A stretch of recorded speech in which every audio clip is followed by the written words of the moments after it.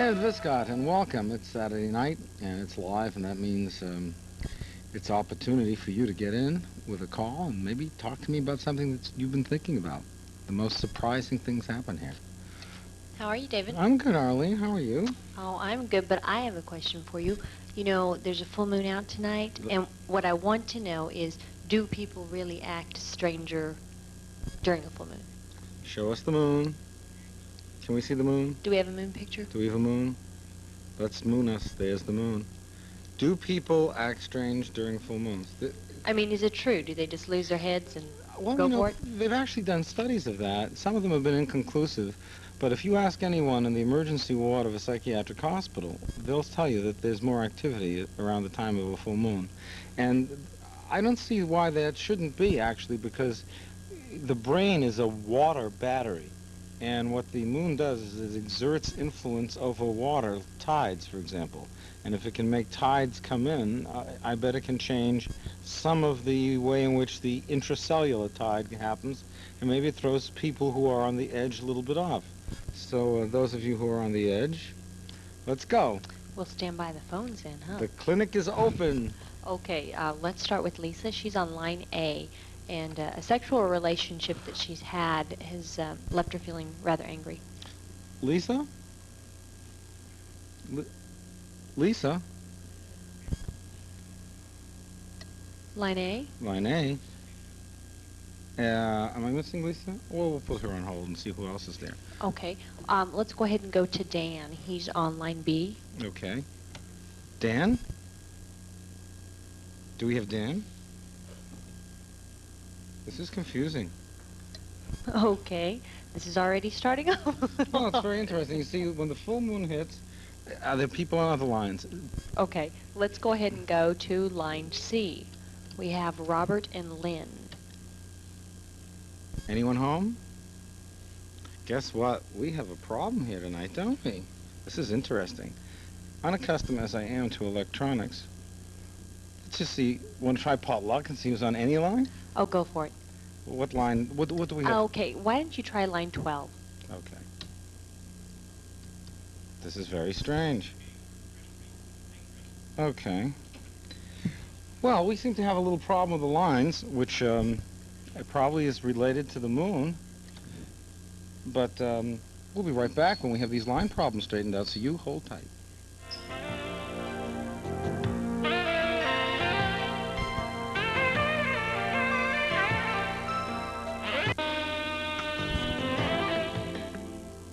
David Viscott, we're working on the lines, but that means this is an opportunity for you to learn something that you don't usually learn on this program, something about feelings. Do you know that most people don't know how feelings work? And the truth is that if you don't understand how your feelings work, you really don't understand the world around you. The truth is, the way you see the world is in large part distorted by the feelings that you have not expressed, that you've held in, and that are causing you to see those unexpressed feelings in the world. For example, if you've been hurt, hurt turns into anger after a while, and you walk in the world as an angry person, eventually seeing anger in places where it doesn't exist, and the tendency is to react to comments that other people make with anger, and that's why you sound inappropriate. Each of us has a goal in life, and the basic goal of mental health is to tell how you feel to the person who caused you to feel that way, when they caused you to feel that way. The idea is to keep your feelings current, keep your feelings of the moment, and keep them real. If you think about it this way, a person who is not living in the feelings of the moment is living in a world that is already past, and they're trying to catch up with what is going on. If you're holding feelings in, you hold feelings in at a great cost to you. And the cost is the cost of energy. Because to hold anger in place, to hold hurt in place, uses up your emotions, uses up your energy, and causes you, more than anything else, to have less energy to invest in the moment now. When that happens, something strange happens to you. You make less of an investment of yourself in the world around you, and because less is given, you get less coming back. So if you've been hurt, and you're not expressing that hurt, You end up carrying a grudge, going into the world unable to commit to anything. You don't take responsibility for yourself, and the worst thing that happens is you begin to believe that the world is a place where you're not going to get your share of the good things in life. That sounds sad. It is sad. And the reason it's sad is because it becomes a self-fulfilling prophecy. Often when children come from a home in which the parents have been either alcoholic or addicted or otherwise not present for them, they grow up feeling that something is owed them. They try to be perfect. They try to please. But then when they get to a place in life where they're about to have success, something strange happens to them. The thing that happens to them is that they hold back on their success because to them, with angry parents and feelings from the past that they have not expressed, to be successful to them is a dangerous thing. Why? It's very easy to understand. If they succeed, where is the evidence that they would have for blaming their parents for the way their life turned out? If they succeed, how can they say, look what you did to me? The problem is that most people struggle with this in one way or another. Do you know, a way of looking at this is, adolescence is said to be over when you can do what's right for you, even though it pleases your parents. When you have had a childhood in which there's been a lot of anger and a lot of hurt, and where you have had to hold your feelings in, one of the most difficult things that you can do is succeed and feel good about it. What does this require? Well, it requires to feel good about yourself that you have to begin to forgive your parents. How do you forgive someone who's been terrible to you, who's never there, who was never the parent that you needed? Well, the answer is you have to forgive them anyhow. Look at it this way. The essence of forgiving is to let go of the hurt. Think of it this way. If someone called you up on the phone, I want you to think of someone right now who you've hurt, someone you really did something awful to in your life. Shouldn't be hard to find out. Someone you've really hurt. Got that person? All right, imagine the phone rings, you pick it up, and that person is on the phone, and they say, you know, when you hurt me years ago, I just wanted you to know that the pain no longer bothers me. How would you feel? No, how would you feel? You'd feel relieved, wouldn't you? Well, that relief comes because the other person has let go of the hurt. Letting go of the hurt is the beginning of forgiveness. If you forgive your parents, it means you let them off the hook. That's true. But one of the things that you have to understand is that when you let your parents off the hook, you let yourself off the hook of having to be a failure, because now you can succeed and take pleasure in it. Okay? We're going to try the phone lines again and see if they're working. Okay, David, why don't we try line 1? Here we go. Dan? Yes. Bravo. We're in business. We made it. Yeah, well, I'm glad we did. I don't even know what's wrong with these lines, but I'm glad you're there, Dan. Yeah, I'm glad that I finally got through. I've been trying for quite a while. How old are you? I'm 32. Why are you calling? Well, I had an interesting kind of recollection from my childhood and from determining different things that happened around that time. I've been able to determine I was about 11 or 12. And my neighbors at that time had asked me to babysit their little daughters. And their daughters were approximately 3 and 4 years old. And I, at one particular point, exposed myself. How old were you? What's that? How old were you? I was about 11 or 12 at the time. Okay. Go ahead. Okay. And I wasn't really, I wasn't what you call a really sexually advanced person. I was pretty normal for my age, so I was probably just entering into puberty. So I had really no experience. I don't believe I know I hadn't had an orgasm by that time. And it was really quite innocent, and it just kind of was an opportunity. You know, I think we were sitting on a couch, and I was reading them books or something like that, and for some reason it just seemed like it'd be exciting to pull out my penis. And quite honestly, I don't think I expected them to really notice it. It was something more that I was just doing for excitement for myself. I do recall that I wasn't hard. And, but you know, that is a fantasy. Yeah. Of a lot of people, a lot of men on dates in adolescence have that fantasy of what would happen if I took my penis out. What would happen? Yeah. And there's a whole lot of jokes that go about that because it's a very common fantasy. It's the thing you think you're going to lose control over. Uh-huh. So what happened? Well, the older one uh, did something to the effect of she either just went, ah, and she grabbed her younger sister and they went around behind a little sofa, but they had smiles on their faces. And it's like, at that point, I realized, oh, she saw me and she reacted, and I was just as shocked, really, as maybe she was. And, Probably more, I can tell you. what's that? You were probably more shocked. Well, it was like my immediate reaction was, oh, geez, they saw me. Well, yeah, but wasn't also any kind of shock of, I can't believe I did that? Yeah, well, yeah, all of a sudden there was this awareness of, what am I doing? What am I doing? That's Uh-huh. that's the most important shock for you, right? Uh-huh. Go ahead. And that was pretty much the end of that episode. There's also a couple other things that even kind of now bug me even more. And what, just to let you know, what caused me to start remembering this is I have a daughter that's about 6 now, and when I started remembering it, she was about 4 or so. And it's become more and more to the point of bugging me because I'm the kind of father that's, horrified by anything. Well, what is bugging you? Well, now it's just been this obsessive thing, and I think what I'm doing is I'm relating what I did then to who I am now. Do you think you lose control and do that now? Oh, no, not at all. It's Then the what- last thing I would think about doing, but somehow I can't disconnect the fact that was me, knowing me now, and the child that I was. What do you think that says about you and your impulse control? That's really what we're talking about, isn't it? Is it? Well, yeah. I mean, you did something highly impulsive, right? Mm-hmm. Well, what does that say about you?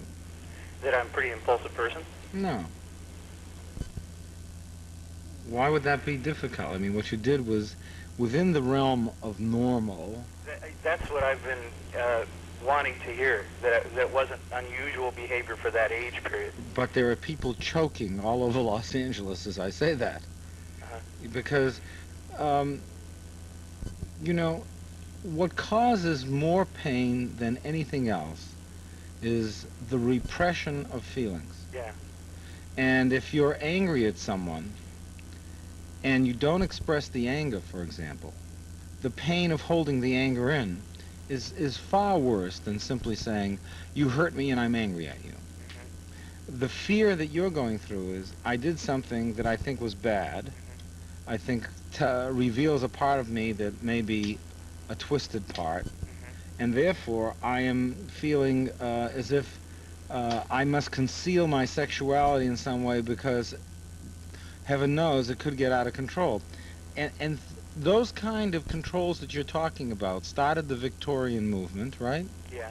Where in Victorian England, for example, piano legs you used to have doilies on them because they were legs, and the legs shouldn't be exposed. Mm-hmm. And books on a shelf of a male author could not be next to a female author unless they were married. Mm-hmm. I mean, how sexually perverse is that for a thought? The repression always makes it more perverse. Yeah. You were just a normal kid doing some experimenting, and you backed down immediately, and you got your Boy Scout badge for silly. All right. Yeah. All yeah. right. So it's no big deal. No big deal. I'll Yeah. write that down as no big deal. Okay. Yeah. See, the problem that I've been having now is because it's become such an obsessive thought in my mind, and I constantly think about it, is it's affected my sexuality with my wife now. I'll bet. How has it done that? Well, we just we haven't had sex in a long time, and it's almost like I can't even listen to a song about people that are attracted to each other without kind of thinking Right. This is the two books next to each other on the shelf that I just mentioned. Uh-huh. Look, you're so afraid that you're perverted. Uh-huh. Let me be straight with you. Uh-huh. That you're going to shut down any potential way that you could express a sexual feeling and prove that you're perverted. Uh-huh. Hey, do whatever you want. You're not going to lose control. Yeah. Just because you were experimenting once and you felt guilty about it doesn't mean that you're bad. Yeah. It means that you experimented once. Uh-huh. Kids are always doing what you did. Uh-huh. And just as a final question, you don't think that that could have had any adverse effect on those kids, do you? Like, you know... They laughed and they went behind it and you quickly zipped it up and it was all over, right? Mm-hmm. No. Yeah, good. Because you were a kid too. Right. Okay. Yeah, all right. You feel better? Yes, I do. Maybe your wife will get lucky tonight. Maybe I so. sure hope so. I would certainly like to get back into my normal activities. Whenever you have the thought, just say to yourself, I did a normal thing. No big deal. All right. Can you say no big deal? Yeah, no big deal. No big deal. Take care, Dan. I appreciate it. Bye-bye. Bye. No big deal. No big deal. No big deal. But the moon is out. Okay, we're going to take Sue and Elliot, and they want your advice on a sensitive issue. And we're doing something different tonight, so it's a magic phone. Just Any number will work? well, they're going to route it through for you. Hello? Hello. Hello. I got Sue and Elliot? You've got Sue and Elliot. Hi there. Hi there. What's going on? The reason that we're calling is because our 4.5-year-old is the product of artificial insemination. Why is that a problem? No, I said he's a product. Why is that a problem? Well, that's not a problem. It's how do we tell him and when do we tell him? Well, put it this way. I think you have at least 5 years. Wouldn't you? That's what I don't know. Well, what do you fear about telling him? I think the fear is more within myself than it is within telling him. Okay, what is within yourself? What is the feeling within yourself that you're dealing with? The fact that both my family and my husband's family don't know. Why don't they know? Because my husband and I made a decision that when we had first decided we were considering this as an option, they started saying negative things about it. And we didn't want our child to be looked upon as something different. Okay, so they think that you're the dad, right, Elliot? That's correct. Why would you even want to tell a kid? I'm just thinking aloud. Why would you want to tell a kid that he's the product of artificial insemination? Because I feel he has a right to know. I'm not ashamed of it. I know, but what's he going to do? Try to hunt up the donor? Well, no, that's not That's not possible, right? right. Because in case there are any medical problems in the future.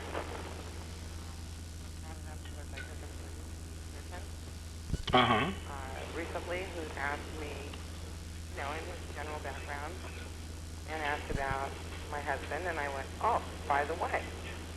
And he said, and I told him, and I said, I'm sorry I failed to tell you, but it's not an issue with me. And that started the old feelings again.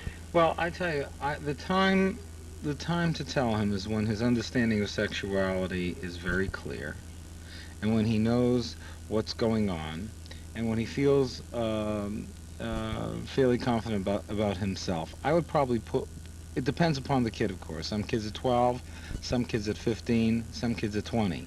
But you don't have to think about it right now, because it's not the sort of question that you want to answer before you think the child could pose it in his own.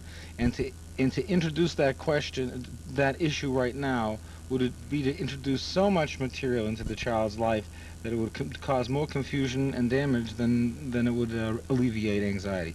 I would wait, and I would make it something that I would introduce in the next, say, 8 to 10 years. And that should give a little time. 8 to 10 years, huh? Yeah. What's up? Who's next? Okay, let's go with Gretchen. Alrighty, and she's having some trouble with her child. And Gretchen is where, 12? Hello? Gretchen? Yes. Bullseye. Hi. Hi, we're having some phone problems, so you have to speak up tonight, Gretchen. Okay, all right. No, I was just kind of wondering about my son. He's 5 years old, and we can be in public, at home, whatever. But when he goes to the restroom, he's got to strip down completely naked and sit on the toilet backwards. How long has he been doing this? He's been doing it completely naked probably for about 2 years. It started when he was 3, huh? Uh-huh. And what happened? Was there an incident where he soiled himself? No, no, nothing that he could have remembered, after he was out of diapers. Okay, so who observes him doing this? His godmother or myself or his adopted grandparents. Why are people aware of what he does in the bathroom? Well, he leaves the door open. Well, he usually just takes off his clothes, whatever room in the house he's in. Like, it could be the living room or anywhere. Wait a minute. He takes off his clothes in the living room? Yeah. Why? And I don't know, and he'll just go to the bathroom. In the living room? No, he'll run to the restroom. Well, wait a second. When he starts to take off his clothes, what do you do? What do I say, what are you doing? He says, well, I have to... You know what he's doing. Yeah. All right, so why do you ask, what are you doing? Oh, I don't know. I just... Don't do that. Okay. Don't ask a question of a child when you already know the answer. All right? So you say, stop, go to the bathroom, close the door, and do what you have to do. Okay. And I've tried to explain to him, like, when he starts kindergarten in September, that he cannot do that, Well, you start it in the house. Right. Because you're postponing it when you say kindergarten. You say you don't do it. How he does it or how he sits on the seat is his business. Right. Okay? But this is kind of strange behavior starting at 3, right? Yeah. All right. So there are a couple of things that we have to take a look at. The first thing I would tell you is the moment he starts to undress, you go, stop, and you take him by the hand and you lead him to the bathroom. You say, you get undressed in there. You're too big to get undressed in front of company. Okay. And you don't ask, what are you doing? You just stop. You give him the stop command. Right. You get ahead of it. All right. 3 years old. Is this an only child? Yeah.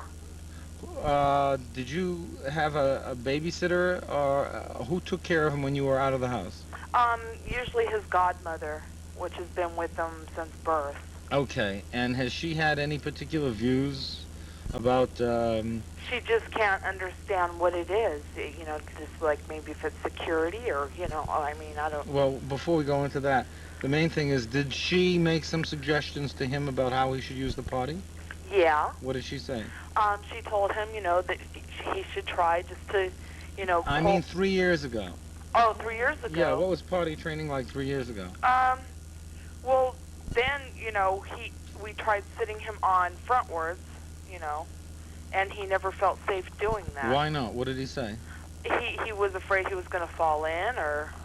Oh, he wants something to hold on to, does he? Yeah. Okay, that's interesting. Yeah, that's... Does he, but 5 years old is a big kid already. Yeah. The main thing is, he will outgrow it, and it doesn't mean anything, but it's getting an awful lot of attention. Right. So let's shut the attention off and tell him do whatever he wants in the bathroom, but close the door. Okay, and don't check up on him and don't bring it up anymore. Right. And if he wants to take his clothes off, he does it in the bathroom? As long as he gets dressed when he comes out. Right. And you don't care what he does. As long as the bathroom is tidy when he comes out, and as long as he isn't a mess, if you know what I mean. Yeah. And if he wants, any way you want to go, I mean, that everyone's entitled to a little room, you know what I mean? Yeah. Yeah, it just worried me because of the fact that, I don't want him doing this at school. Well, don't let him do it now. Okay. But no one knows what you do in the bathroom, but if he starts to get undressed before he goes to the bathroom, it's going to be ridiculous. Right. And he'll only do it once in school, trust me. That's what I feel, but, it's just embarrassment and everything else for him. Well, embarrassment, yes, maybe, who knows, but the main thing is let's get him to stop getting undressed in the living room when he goes. Okay? All right, thanks. Does this help? Yeah. Okay. All right. Okay, we got to catch him while we can, kids will start going anywhere. See, I told you, once the lines are connected and the moon is out, this show goes nuts. We'll be right back.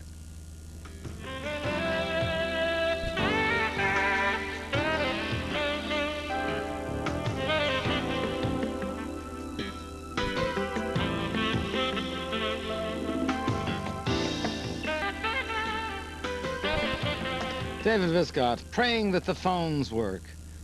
Little added tension. The High Wire Act, no net. What are we doing? No Ned. Okay, we are going to speak with John, and he has a secret that he wants to let out. Where is he? And I think he's on line 10, so let's try that. Okay. Any odds on this, anyone, please? Here we go. John? Hello?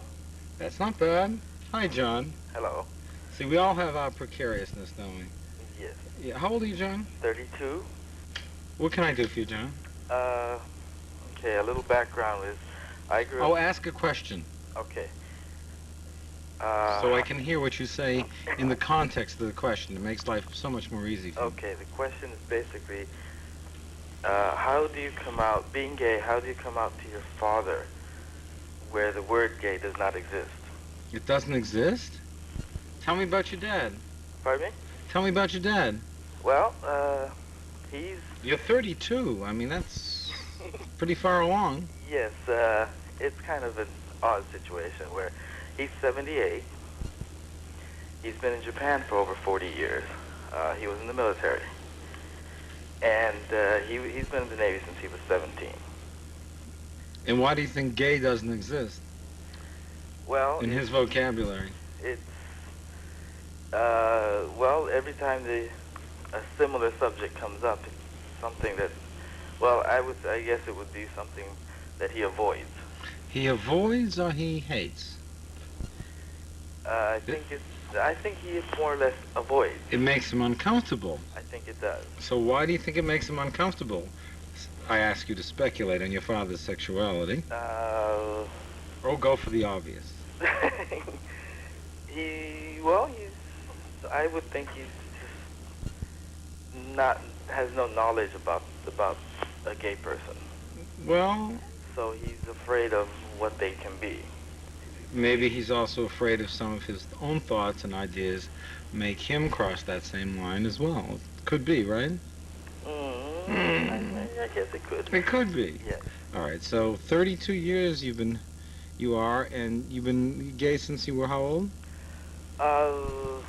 Consciously, I would say probably 12 or 13. Okay, so you're almost your whole life. Yes. So? I just never really understood it until I actually left Japan. I grew up in Japan. My mother's Japanese. Okay. And the subject was never mentioned. So how do you want to tell him? Do you want to tell him? Well, I do, but at the same time, I don't. It was very easy for a long time because he was in Japan. Okay. I was over here. What pressures are living inside of you that are pressing this issue right now? Okay, because my mother passed away in December, and you don't want him to go to his death without knowing. well, no, my mother pretty much knew. It was never discussed. It was something that was never discussed openly, but she pretty much knew. She accepted, and she was always very polite, nice about it. She was always accepting of it. She kept on saying, "You do what you want. It's your life. I'm not living it." And but because after my mother had passed away, my brother and I went to Japan, took care of everything. We brought him here. I now live with the man. Okay. He's not the type of person that can actually live on his own. He's not in the best of health, also, but he doesn't need constant care. Are you afraid that the news would kill him? No, it's more, indirectly maybe it is. Okay. Because Why is it important for you to tell him? Because I really don't want to live a repressed life. Okay, so you want to tell him. And I don't want to be secretive about Okay. anything. So I would begin by sitting down with him and saying, you know, Mother knew something that I'm not sure you know about me. And the fact that she knew it and accepted it made us closer and made me feel much more comfortable with her. And I wonder if the time has come for me to share that information with you. And he'll say, what the hell are you talking about? Right? No, he'll sit there with a very puzzled look on his face like, what? Yeah. Yeah, what are you talking about? And you say, it's about my sexuality. Then what do you think he'll say? Probably nothing, and he'll try to change the subject. Okay, you say, I know you want to change the subject, but it has to do with the fact that I'm gay, Dad. And I want you to know it because I feel that you have to know who I am in order for me and you to have an honest relationship and for me to have peace. And he'll probably say something like, Oh, geez, that's a good one. well, let's anticipate it, and then we'll take some of the stress out of it for you. He'll say something like what? So, he probably wouldn't listen. And I think it'll just kind of not register with him. You think it won't register? No, I don't think it would register. All right, so you'll say, Dad, I just told you I was gay. I'm a homosexual. I like men. And I'll never be with a woman. Now what will he say? He'll probably try to walk away. Okay, so he's not going to listen. I don't think so. Now, if you know that, going into it, what's the purpose of trying to tell him? Because when I'm dating somebody, and I don't want to sit there and lie to him about having to work late or having to do this or. Why don't you not lie at all? You mean? Why don't you just live your life naturally the way you want to live it, bringing whomever you want home, and your father will or will not see it, and if it comes up, you say, well, Dad, I'm gay. I just assume you knew. He's not going to walk out. What? Come on, John. What are you going through right now? That's what I'm afraid of, is not. I see, when it gets to it, I would literally move out. I will move out if he doesn't want to be to live with his son. Well, the point is, I would tell him, and then live your life as normally as you can, and see what problem happens. My guess is that he'll be unable to take care of himself, but he might live with your brother? No.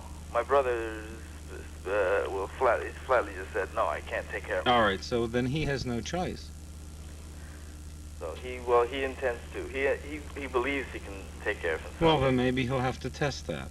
But I think you should tell the truth, and I think you should live your life naturally, and I think you should be very pleasant about this, and not at all repressed. And the more natural you are, the easier it will be for him to integrate it. Give it a shot. Okay. Okay. Thank you. Poor guy, you can just hear the anxiety in his voice. Well, it's especially, look at all the factors. A father who's ill, a father who's repressed, a father who's old and dependent on him. All those things cause feelings to be compressed and exaggerated. So you really get afraid that the thing's going to blow out of control. Who's next? Okay, we have Robert and Lynn, and he's fed up with her. Hello? Hello. Hi.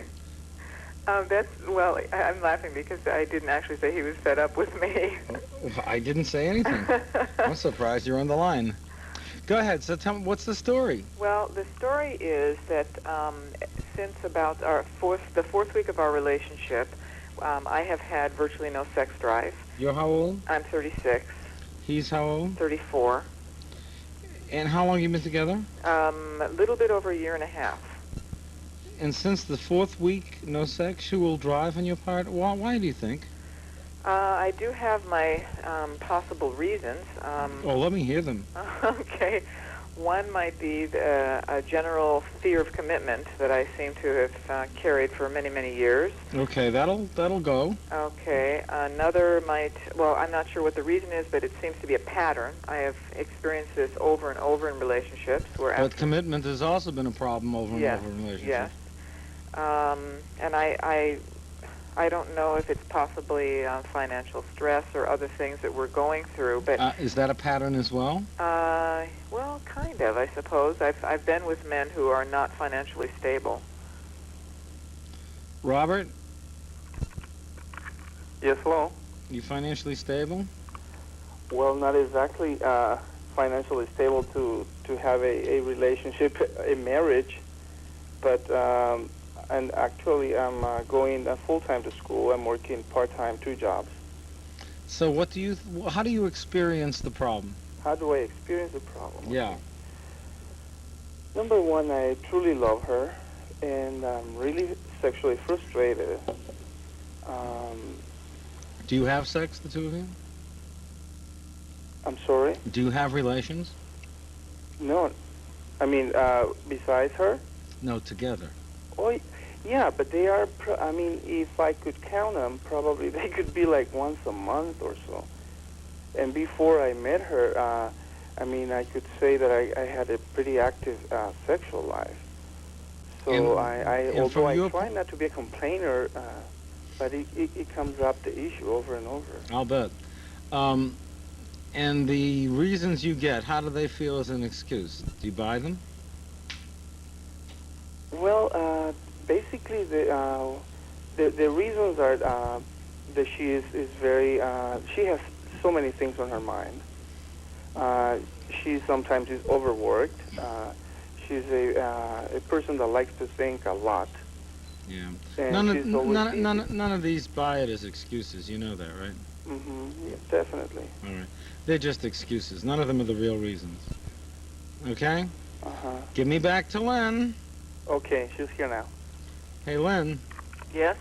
So why don't you want to be in a relationship with Robert? Why don't I want to be in a relationship? Yeah. Well, Give me all the reasons. Okay, yes, I do have them ready to list off. Go Although ahead. he is the, Just he's list the, them. huh? List them. Yeah. List them? Oh, okay. All right, the financial part of it, I had hoped to be settled by this time in my life with somebody who's an established professional of some sort. And he's not that. Not yet. Go ahead.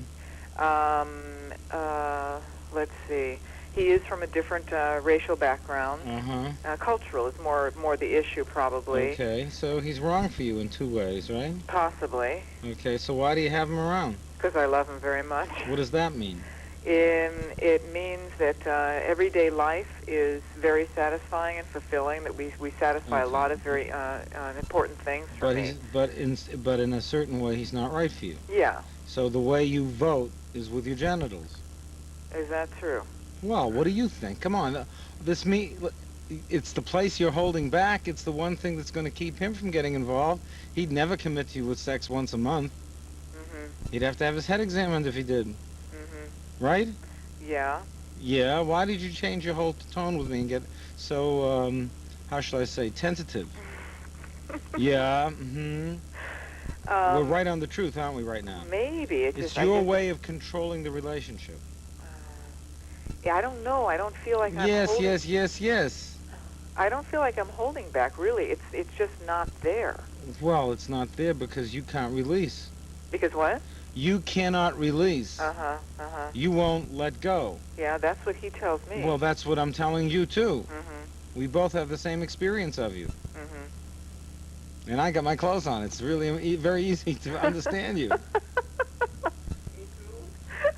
He said he does, too. Hey, Robert, you and I ought to go out together. Anytime, did he say? Yes. I get off around 3, Robert. Okay? Oh, God. Oh, God. Come on, Lynn. I've started therapy about this. I ended up getting another job and therefore didn't have time. Wait a second. What is therapy focusing on? Well, it isn't focusing on sex. It was the idea of trying to figure out my reasons for feeling frazzled and overworked. And those aren't the issues. The issue is you losing control and ending up marrying Robert, who is not the ideal guy that you checked off on one of your lists. Mm-hmm. You came to me with 3 lists, right? Mm-hmm. What's the 3rd list? The 3rd list? Oh, no, I had 2 lists. The pros and cons. Okay. I heard another list there someplace. You're a list maker. You're a creature of your mind. You're a creature who likes to keep things in control. And one of the things about Robert is he's terrific. You love the everyday, but he isn't the person you had in mind. Mm-hmm. So you checked off on the list. He doesn't fill all of the criteria that you have. So therefore, getting all hot and bothered over Robert is not in the cards. However, I also understand that you cannot find the person that's going to match every single one of the hopes that you had for the partner. Right? You asking me or telling me? Well, that's my attitude. I guess I find myself trying to rationalize. Except the things that are on your list are more important than the things that are In being my met. heart. Yeah.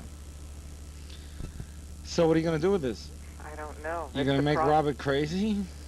No. No. Do you enjoy sex with him? I don't get particularly turned on anymore. I used to in the beginning. Uh-huh. Are you able to turn yourself on? Yeah. You are? Mm-hmm. But on a very rare occasion. Probably 3 times in the year and a half we've been together. Okay. So either you turn yourself on and then release yourself to him, or maybe you ought to think about whether you really want to be there. But let's not joke around. Neither of you are getting any younger. This is true. Yeah. And if he's not right for you and it doesn't work, then he's not right for you. There may be a lot of things about him that are right. Yeah. More than I've ever found in anybody. So what are you all about? I think I'm about impressing people, probably. Yeah, you're a little stuck up. Can I see the moon, please? Show me the moon, Benny. Thank you very much. Oh, you feeling better now? Well, not exactly. All right. Do you know what I'm telling you, though? Yes, I do. All right. All right. The time has come for you to take an inventory. Either cut this short or go all the way. Is that okay with you, Robert? Yes, perfect. Okay. Catch you later, guy. Sure, I'll see you. Take care. Catch you in a minute.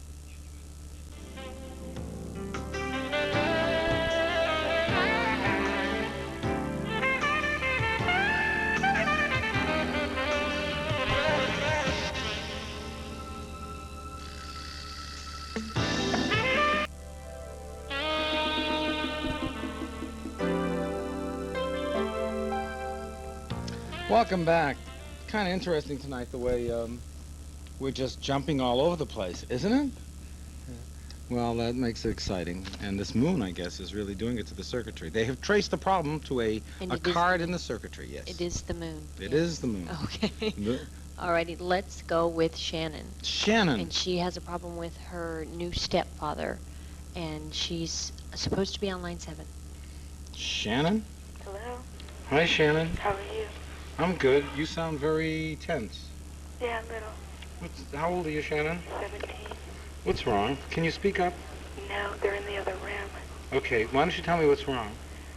My mom married a new man about a month ago, and he's been having sex with me for about 4 months before they were married. And I told my mother, and she doesn't believe it. She thinks I'm bringing it on myself. And it's like I have nowhere else to go. And she works nights, so it's like when she leaves, I have no choice. Do you have a tape recorder? Yeah, You ought to turn the tape recorder on.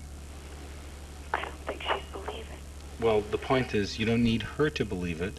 What you need to do is you need to go to the police. Or the I child... don't want to be taken away from home. Well, what you want him to be is taken out of the home. I don't think she would. I think she'd have me taken out first. Well, maybe the time has come for you to go to a shelter. But you've got to get away from that man. And I'm supposed to be married in 3 months. And Does your boyfriend know? no, Why don't you tell him? because he thinks I'm a virgin. Why don't you... You've got to get out of there. Who do I call? Well, you could call the Department of Child Welfare. You could also call the police. But then my mom would be hurt by that.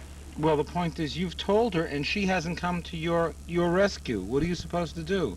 Your mother isn't acting responsibly. Is your mother a drug user or an alcoholic? No, Are you sure? not that I know of. Where's your father?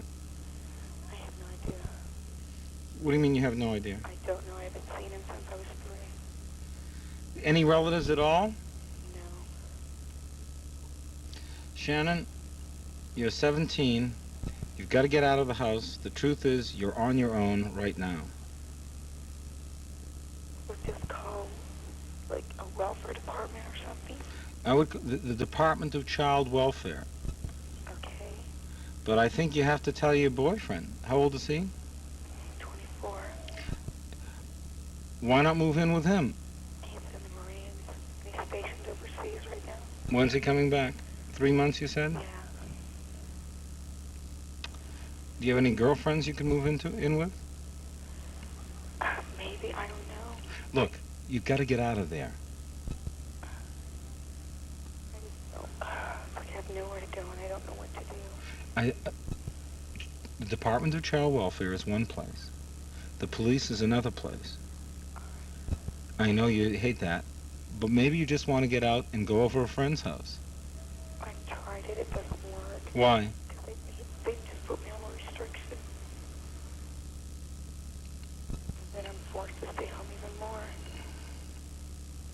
Well, then what I would do is I would call the Department of Child Welfare and talk to them on the phone, from out of the house, and tell them what's going on and what you're afraid of, and that you don't want to be put away. Yeah, because I want to graduate from my high school. But you tell them all these things. The other thing that you could do is you could go to a shelter for battered women. Just pick up and go. Don't tell your parents that you're going. Just go. But would I be considered a runaway? Well, you'd be going to a place. You're running away from sexual abuse. And what you do is do it all from that place. What I would do is call up the operator and ask her for the name of a shelter for battered women. There are dozens of them, and just call up in your area and move in. All right. And there'll be help for you. But you should get out tomorrow. Okay. Are they going to be out of the house tomorrow? He will be in the morning. Okay, so you have to figure out a way to pack some clothes and get your books and get the hell out of there. And you'll find friends there, and they'll help you make plans, and they'll help organize your escape. But this cannot be allowed to continue. Yeah, I agree. It must be awful for you. It's not easy. When did you tell her? About 3 weeks ago. And what did she say? She just said that if it was going on, it was my fault. She's always been a little jealous of me, I guess. And she just blames me. Well, your mother has got some loose nuts in her head, you know. Okay? And you can't blame yourself for this. But you've got to get out. I'm sorry? I said I try not to. Yeah, she's not with it enough to make it work for you. You've got to make it work for yourself. Okay. Okay? Thank you very much. Go to a shelter. That's the best bet right off the top of my head. Thank you. Okay. Bye-bye. Boy, what a situation. I'm sorry, that just makes me really angry that Oh. her mother's just not there for her. The trouble is, it's not uncommon. I wish it were. Let's see if we can do one more before the Okay, break. let's take Pam. She's not sure what to tell her kids about her living situation. Pam. Yes. Hi, Pam. Hi. How old are you? I'm 26. What can I do for you? Well, I never had been friends or in a situation to become friends with a homosexual before. It was just so happened I took a class with him, and we ended up doing a scene together in our acting class, and we got along really well. We rehearsed at my place, and the kids think he's terrific. And How old are your kids? 5 and 7. And they're very, very aware children of pretty much everything.